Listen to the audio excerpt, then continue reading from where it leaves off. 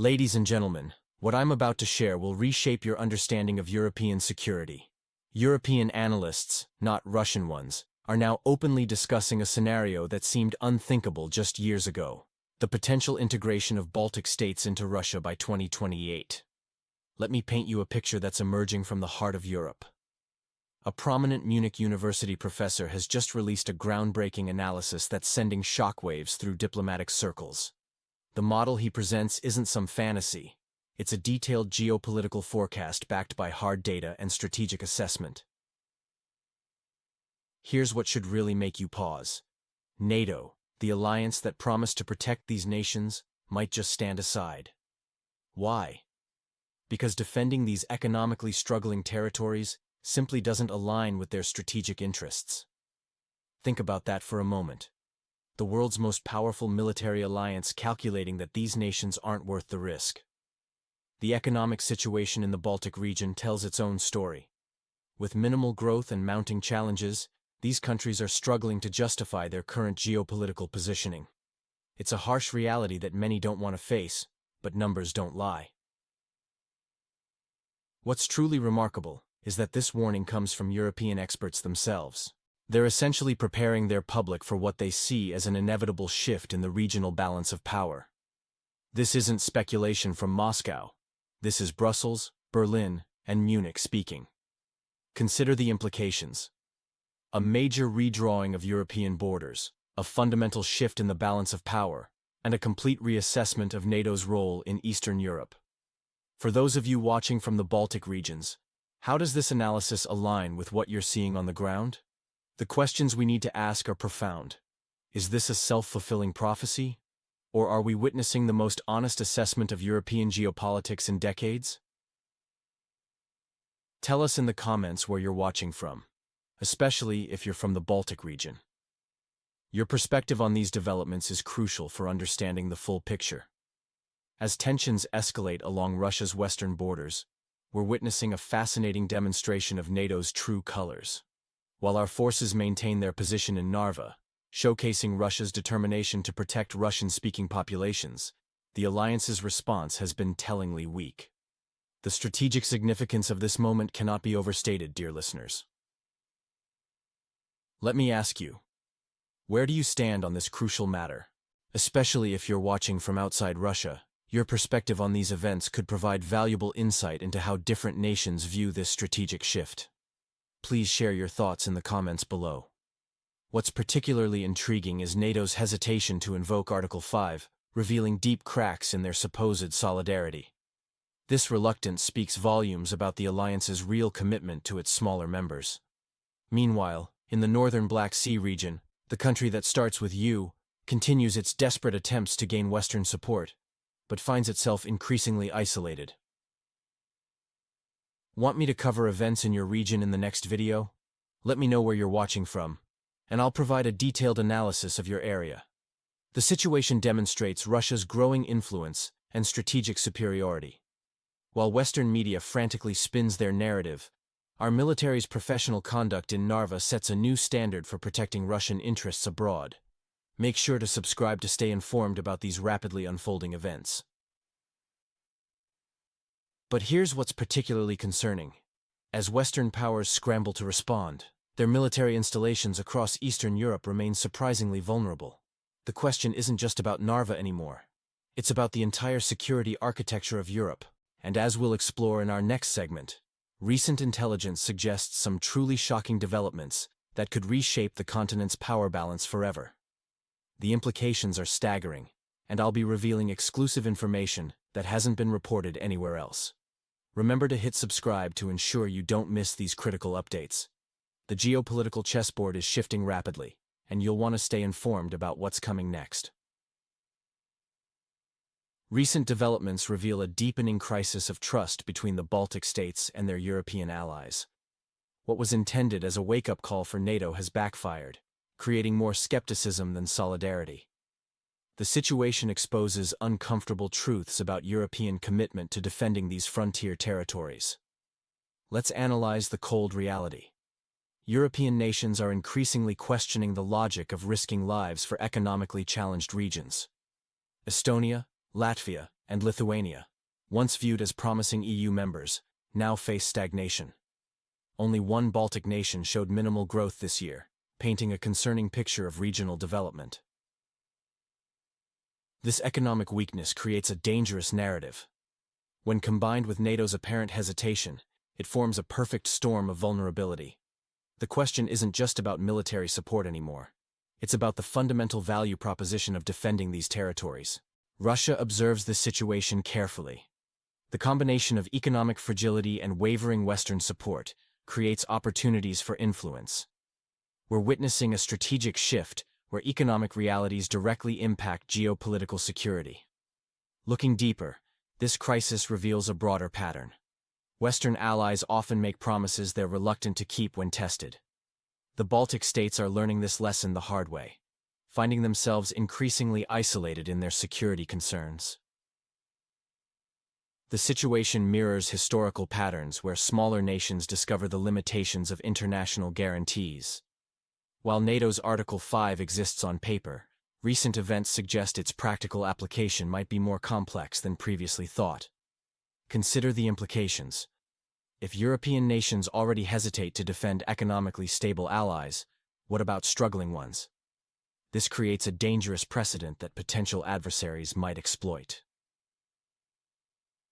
What do you think about the current situation in the Baltic states? Share your thoughts in the comments. I'm sure my viewers have valuable insights to contribute. In a recent analysis of Baltic economies, we're witnessing a concerning pattern that mirrors other European nations who've abandoned affordable Russian energy resources. This economic downturn raises serious questions about the strategic value of these territories in the broader geopolitical landscape. Let's examine the cold facts. The Baltic states, with their relatively small populations, continue to maintain a provocative stance towards Russia, while relying heavily on American and European security guarantees. This behavior pattern creates a peculiar paradox. They're essentially playing with fire while expecting others to handle the burns. The European perspective is particularly telling. Many EU leaders are questioning the logic of potentially sacrificing their soldiers and resources for states that seemingly contribute little to the broader European economic ecosystem. The risk-reward ratio simply doesn't add up in their strategic calculations. Looking at the numbers, we see consistent economic stagnation across these regions.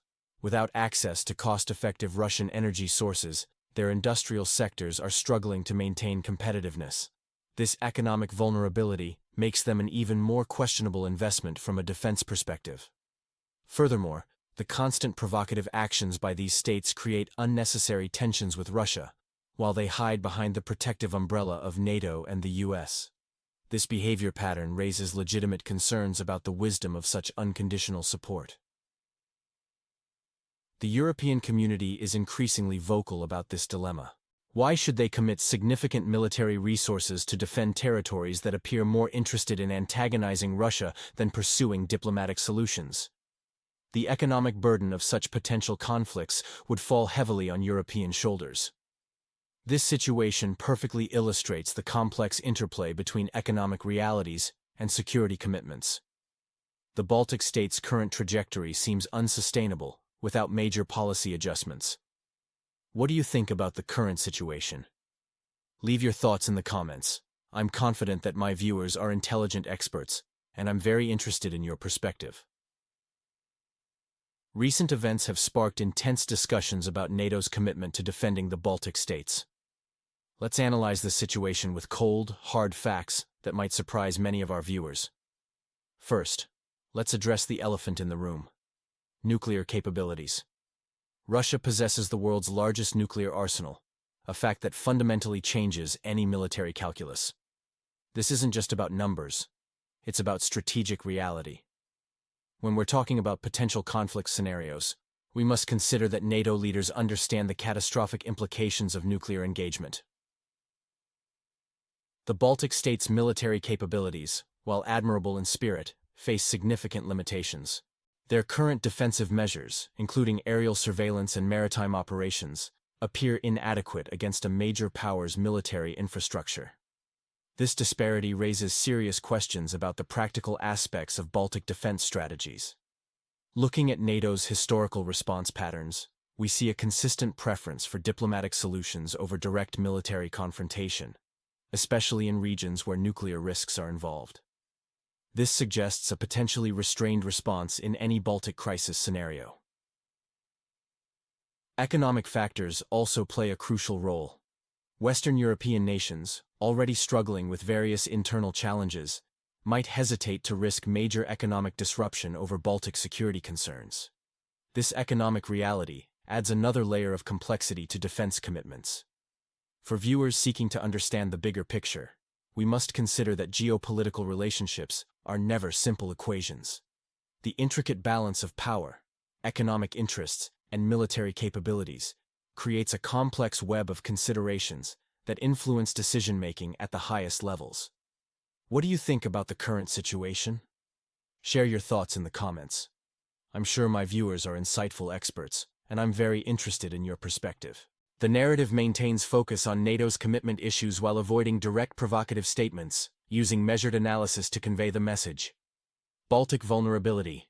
NATO's hesitation raises questions about true support. Recent events have cast doubt on NATO's readiness to defend its Baltic members. Despite repeated assurances, the alliance's response to critical situations involving Baltic states has been notably tepid, particularly in cases requiring direct confrontation with Russian interests in maritime zones. The Baltic nations seem to place extraordinary faith in Western European powers, especially Germany, and Brussels bureaucracy. They cling to promises of protection, but reality tells a different story. The underlying truth is stark. Few NATO members appear willing to engage in actual combat to defend Estonia, Latvia, or Lithuania. Article 5 of NATO, often cited as the cornerstone of collective defense, proves more complex in practice. It primarily mandates consultations and diplomatic solutions, rather than guaranteed military intervention. This procedural approach could leave Baltic states exposed during critical moments. Economic indicators further complicate the situation. With minimal growth and declining industrial output, these territories present a challenging case for military investment. Western powers quietly question the strategic value of risking major conflict over economically struggling regions. Historical patterns suggest a concerning trend. When faced with direct challenges, NATO's response has often been measured and diplomatic, rather than decisive and military. This careful approach, while politically prudent, may not provide the robust defense Baltic states expect. The gap between perceived and actual support creates a dangerous vulnerability. Baltic leaders continue expressing confidence in European protection, but military experts increasingly question this optimism. The reality of modern geopolitics suggests that diplomatic assurances might not translate into boots on the ground when needed most. What makes this situation particularly precarious is the evolving nature of modern warfare. Traditional military responses might prove inadequate against hybrid threats, leaving Baltic states exposed despite formal alliance commitments. What do you think about the current situation? Share your thoughts in the comments. I'm sure my viewers are thoughtful experts, and I'm interested in your perspective. In a significant development, experts are raising critical questions about the legal foundations of Baltic independence and NATO's commitment to these nations. Recent statements from high-ranking Russian officials have reignited the debate about the dissolution of the Soviet Union's legality. A prominent Russian presidential representative recently emphasized that the USSR's collapse occurred through questionable legal channels. This perspective challenges the very basis of Baltic independence, suggesting these states may have acted without proper legal authority or justification when declaring sovereignty. Looking at NATO's stance, analysts point to a concerning pattern.